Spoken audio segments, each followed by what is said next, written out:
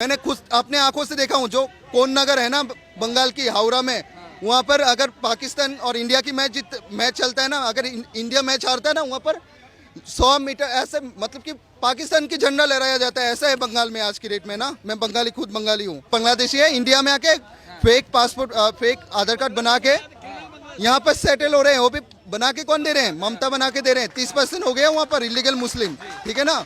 और भाई साहब कहते हैं कि विपक्ष होना चाहिए। विपक्ष, वहाँ की विपक्ष कैसे है मैं बताता हूँ आपको। दुर्गा पूजा के लिए वहाँ पर बोलते हैं कि विसर्जन आप नहीं दे पाओगे, बट मुहर्रम के लिए उसके लिए परमिशन है। आज तक कभी ऐसा नहीं हुआ है दुर्गा पूजा में। दुर्गा पूजा बंगाल में ही कि तारापीठ का नाम सब तारापीठ मंदिर का ट्रस्टी किसको बनाए थी इसने? बाबू हकीम को। ऐसा हुआ है हिंदुस्तान में कहीं? जी एक सवाल था, मैं जवाब देता हूँ। लोकतंत्र खतरे में है ना, बोला जाता है ना। इस पूरे 28 स्टेट में हमारा जो इंडिया का है, अगर कहीं खतरा है, लोकतंत्र खत्म है, तो वो है पश्चिम बंगाल। जाके वहाँ देखो, वहाँ पर मजबूरी है, जिंदा रहना है आपको तो इलेक्शन हो, तो इलेक्शन के खत्म होने के बाद भी आपको पॉलिटिक्स करनी पड़ेगी और आपको टीएमसी में रहना पड़ेगा। अपने घर वालों को इज्जत आबरू रखना है तो वहाँ कैसे इलेक्शन होता है किसी को पता शायद नहीं होगा। वहाँ जब कोई इलेक्शन जब होता है ना, वहाँ क्या होता है, जहाँ हिंदू परिवार है वो जाके पूछता है, अरे बंगाली में किसकी वोट देगी, मैंने किसको वोट देगा, तो मजबूरी बोलता है दीदी देवो, दीदी को देंगे। तो क्या करता है, ठीक है ये ले मुर्गा, ये ले दारू, वोट देते हो ना, मैंने वोट नहीं देना होगा। और चारों तरफ से घेर लेता है उसको वोट के दिन सुबह 4 बजे, और केवल एक तरफा वोट होता है। कहीं लोकतंत्र खतरा है तो वो एक ही स्टेट है, वो पश्चिम बंगाल। अभी ममता बनर्जी जिस तरीके की भाषा प्रयोग कर रही है, वो भी पीएम बनना चाह रही है। कौन? वही तो मैं कह रहा, लोकतंत्र उस दिन खत्म हो जाएगा। जिस दिन ममता बनर्जी बन जाएगी उस दिन लोकतंत्र खत्म हो जाएगा। लोकतंत्र खत्म हो जाएगा। पर हिम्मत नहीं है आपके, आप पत्रकार है ना, आप बंगाल में जाओ। 8 महीने रहा हूँ सर। ममता के खिलाफ बोलो, जैसे यहाँ लोग बोले ना, आपका नक्शा बिगाड़ देगा आपका। मैंने बंगाल को बहुत अच्छे से देखा है। बंगाली आसी हमें तुम हाँ सर, एक्चुअली क्या होता है, अभी रिसेंटली जो है ना, अभी पंचायत इलेक्शन है। मैंने, आप इवन यूट्यूब में देख लो, आर्मी वालों को है ना इतना बेइज्जत करा जाता है, जो हमारे देश की शान है, ठीक है ना। बंगाल की बॉर्डर में ओपन रोहिंग्या आते हैं, उसकी आधार कार्ड छपती है, छत्तीसगढ़ में जाके आपकी चोरी डकैती करते हैं। उसकी भी वीडियो है। आईएएस ऑफिसर एक है जो कि आपकी दूर की है, वो भी वीडियो छोड़ते हैं। उसमें भी दिखाया गया है कि जो बांग्लादेशी है इंडिया में आके फेक पासपोर्ट, फेक आधार कार्ड बना के यहाँ पर सेटल हो रहे हैं। वो भी बना के कौन दे रहे हैं? ममता बना के दे रहे हैं। 30% हो गया वहाँ पर इलीगल मुस्लिम, ठीक है ना। और भाई साहब कहते हैं कि विपक्ष होना चाहिए। विपक्ष, वहाँ की विपक्ष कैसे है मैं बताता हूँ आपको। दुर्गा पूजा के लिए वहाँ पर बोलते हैं कि विसर्जन आप नहीं दे पाओगे, बट मुहर्रम के लिए उसके लिए परमिशन है। आज तक कभी ऐसा नहीं हुआ है दुर्गा पूजा में। दुर्गा पूजा बंगाल में ही कि तारापीठ का नाम सब तारापीठ मंदिर का ट्रस्टी किसको बनाए थी इसने? बाबू हकीम को। ऐसा हुआ है हिंदुस्तान में कहीं? किसी मुस्लिम मंदिर का, तो किसी हिंदू मुस्लिम ट्रस्ट का किसी हिंदू को बना के देखो तो ट्रस्टी, तब सेकुलरिज्म हो। तो यही है ममता बनर्जी। सब कुछ नहीं है वहाँ पर। जो है छप्पा वोट चलता है वहाँ पर, गणतंत्र जिंदा है उनके हिसाब से, ठीक है ना। मैं बंगाली हूँ, बट मैं बंगाल से नहीं हूँ, मुझे पूरा बंगाल की पॉलिटिक्स पता है, ठीक है। अभी पंचायत इलेक्शन चल रही है, वहाँ पर किसी से भी देख लो, किसी के भी घर जला दे रहे हैं। इवन जो है ना, जो सेंट्रल मिनिस्टर है, ये आपकी दार्जिलिंग से हैं, वो भी अभी गए थे बंगाल में, ठीक है ना। आर्मी से धक्का मुक्की कर रहा था पुलिस वाले। मतलब कि इतना हो गया कि आर्मी वालों को आज के डेट में मार रहे हैं पुलिस वाले, ऐसा हो रहा है। और उस टाइम उनको गणतंत्र नहीं देखते हैं। कुछ बाहर ले रही है। उनको लोग कह रहे हैं कि यही भाजपा को हरा सकते हैं, इन्हीं में दम है। देखिए आज के डेट में जो हिंदू है ना, वो जग चुका है। हर किसी हिंदू को है ना पता है क्या होने वाला है, क्योंकि आपको उत्तराखंड की भी पता है, अभी महाराष्ट्र में भी पता है। महाराष्ट्र में क्या हुआ, औरंगजेब की फोटो ले रहे हैं। क्यों? एक चीज आप मुझे बताओ, ये बोलते कि देश की माहौल खराब हो रहा है, कौन खराब कर रहा है? आप एक चीज बताओ, शिवाजी महाराज की वो है जन्म तिथि या कुछ सेलिब्रेट किया जा रहा है, उस टाइम वो औरंगजेब की फोटो ले रहे हैं। कौन आपको भड़का रहा है? हम हिंदू हैं, हम पैर को भी पूछते हैं, सब कुछ को पूछते हैं, हम इतने जल्दी नहीं दिखाते हैं। जिस टाइम दिखाएंगे ना, हर मुस्लिम की ऐसे की तैसे हो जाएगी। तो मैं यहाँ पर हिंदू मुस्लिम नहीं करना चाह रहा हूँ। अगर भाईचारा आप दिखाना चाह रहे हो तो भाईचारा दोनों तरफ से होता है, एक तरफ से नहीं होता है।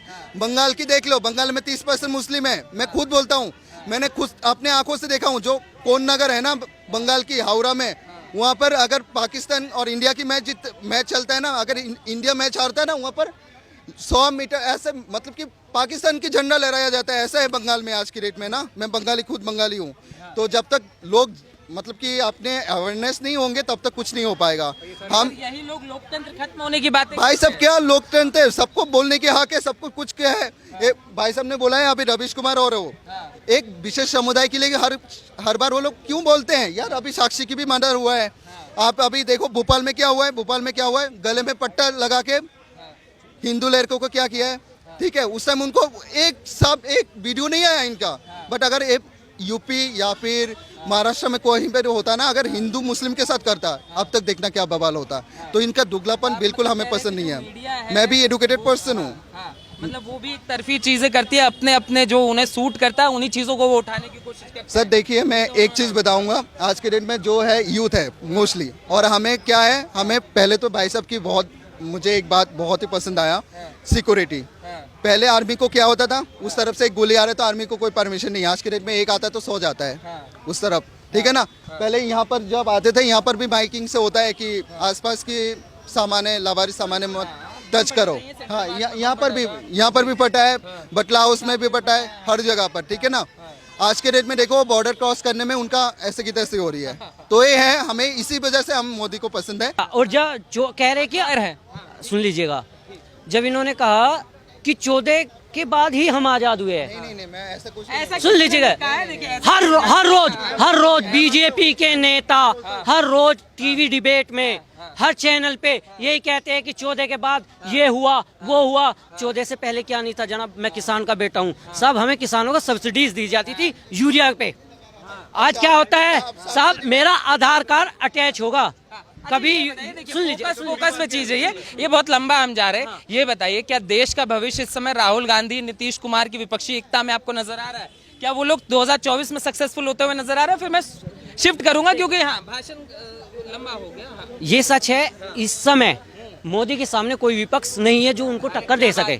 सुन लीजिएगा, सुन लीजिएगा, सुन लो, मैं जो कह रहा हूँ राहुल की, उससे सुनो। किस कारण?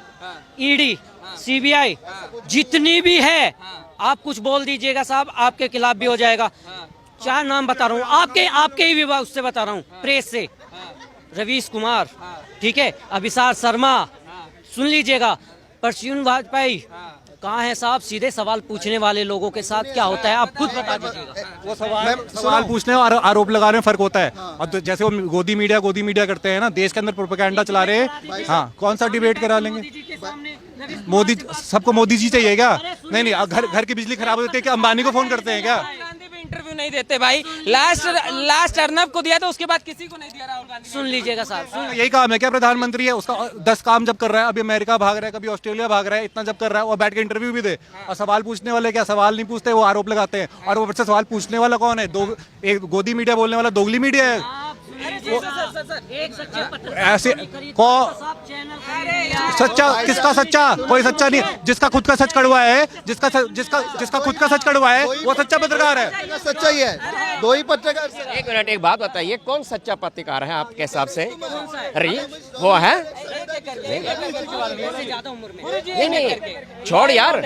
डिबेट जो है ना, आप कोर्ट में भी करते हैं ना, तो पहले आप मैं तो कोर्ट में, चलो मैं तो जज हूँ पेशे से, तो मैं तुमसे एक बात कहता हूँ, कौन सा पत्रकार आपको ईमानदार लगा? ऐसा क्या बीजेपी कह रहे हैं? सुन लीजिएगा, अगर आपने उनके क्वेश्चन कभी सुने हैं? कभी उनका, वो ये कहते हैं मोदी जी चोर हैं कि नहीं हैं, हैं कि नहीं हैं, हैं, तो आप भी कहते हैं जी ठीक है। देखो मैं आपको एक बात बताता हूँ, 9 साल में जो इस मुल्क ने तरक्की की है वो काबिल तारीफ है। हमारी 1 ट्रिलियन की इकोनॉमी आज लगभग 4 ट्रिलियन की हो गई है। आपने 1 मिनट 3.6 क्या बता रहे हैं आप? क्या बता रहे हैं? नॉलेज रखा है? नहीं, मेरे ऊपर उंगली से पहले नॉलेज है तुम्हें? नॉलेज है? हाँ। नहीं, 1 ट्रिलियन थी जब मोदी जी के हाथ में आई, ठीक है। अच्छा, आप एक बात बताइए, आज जो आप में पेमेंट करते हैं टेलीफोन से, ये पहले क्यों नहीं कर सकते थे? जब एक मजदूर अपने घर पैसे भेजता है तुरंत पहुंच जाते हैं, पहले 1.5 महीने लगते थे, अब तुरंत 4 GB लगते थे। तो बहुत तरक्की हुई है, तो अब आपके नहीं किया तो वो गलत बात है। मगर भैया कह रहे हैं कि लोकतंत्र खत्म हो रहा है देश में, मीडिया की आवाज दबाई जा रही है। राहुल गांधी, मैं आपको बता दूं, मुझे कभी भी टेलीफोन नहीं आया कि आप ये डिसीजन दो, कभी नहीं आया, कोई प्रेशर नहीं आया, ठीक है। आप अगर इतना लोकतंत्र खत्म हो गया तो मेरे बात बताओ, मैं अपना श्री राहुल गांधी जी ने कैसे यात्रा कर ली, ठीक है। और अगर मतलब लोकतंत्र सब खत्म ही हो गया है तो ये जो पार्टियां हैं आपस में मिलती हैं तो फिर तो बंद हो जाना चाहिए ना। इमरजेंसी सिर्फ कांग्रेस ने लगाई है और किसी ने नहीं लगाई आज तक। और कांग्रेस के शासन में कितनी ज्यादा सरकारें चुनी हुई वो गिरा देते थे, मोदी जी के शासन में एक गिराई, बता दीजिए ना। खरीदते हैं नहीं खरीदते, आप बैठे हुए थे आपके सामने। विपक्ष की तरफ से, जैसे आप जज हैं, मैं आपसे ये समझना चाहूंगा, विपक्ष ये बार बार बोलता है कि लोकतंत्र खत्म होने की मतलब बातें करता है कि जैसे ही मोदी जी के पक्ष में विपक्ष में कोई बात करता है तो ईडी सीबीआई, जैसा ये बोल रहे थे कि ईडी सीबीआई ने कभी भी किसी गवर्नमेंट ने उनको काम नहीं करने दिया। आज ये पकड़ रहे हैं। आपको क्या लगता है श्री हमारे केजरीवाल जी किस मुद्दे के लिए आए थे? और आज क्या है, उन्होंने मैं बंगला नहीं लूंगा, लिया कि नहीं लिया? शराब की, आप मेरे को शराब की बोतलें जगह जगह बिक रही हैं कि नहीं बिक रही? गुरुद्वारे के बाहर, मंदिर के बाद, मस्जिद के बाहर। और एक मेरे को बात बताइए, ये दंगे फसाद में कौन इनके मतलब मुक्ति थे? ठीक है जी, आज एक भी मेरे को केजरीवाल जी का कोई भी स्ट्रक्चर जो उन्होंने बनाया मेरे को बता दें, ठीक है जी। एक प्राणी शीला दीक्षित जी के स्कूल जो हैं उनको ऐसे करके मैंने अपना कर दिया, ठीक है जी, ठीक है। मैं करप्शन नहीं, मैं महा ईमानदार हूँ। अगर ये महा ईमानदार है तो 2 इसके मंत्री आज तक क्यों नहीं छूट रहे? मेरे को ये बता दें। कट्टर ईमानदार, कट्टर ईमानदार हैं तो हम मतलब ईमानदारी कोर्ट में, जिसको भी ये प्रोसीजर पता है, कोर्ट में केस किस बेस पे लड़ा जाता है? मेरिट के ऊपर, पेपरों के ऊपर, आपने एविडेंस के ऊपर। बिल्कुल ठीक श्रीमान जी आपने कहा। तो अब अगर आपके अगेंस्ट एविडेंस हैं, आप कहां से? अभी तो मैं अभी एक और बता दूं, अभी तो केजरीवाल जी भी अपने मित्रों को साथ देंगे, ये भी उतना ही सच है। क्यों?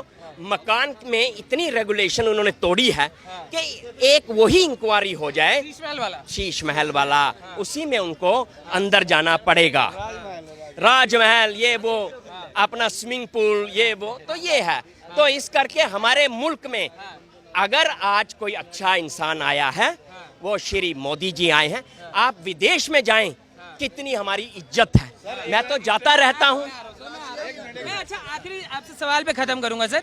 मैं ये पूछना चाहता हूँ, ये जो विपक्षी एकता की अभी बातें हो रही है, जिसकी लीड जो करने की बात कर रहे हैं नीतीश जी, क्या लग रहा है? वो कह रहे हैं कि 2024 के 4 बात सुनो, मेरी बात सुनो। 14 आदमी मिलके सरकार बनाएंगे। यूपी 1 और यूपी 2 में क्या हुआ था? जिस रली मिली सरकार थी, कितना करप्शन हो रहा था। ये इससे भी बाप तोड़ देंगे। 12-14 आदमी मिलकर बनाएंगे। एक कहेगा जी मेरा ये इंटरेस्ट है, अगर तू मेरे बरखिलाफ करेगा तो मैं तेरी सरकार गिरा दूंगा। हर एक आदमी प्राइम मिनिस्टर बनना चाहेगा, तो कैसी सरकार आपको मिलेगी? ये आप खुद ही सोचिए।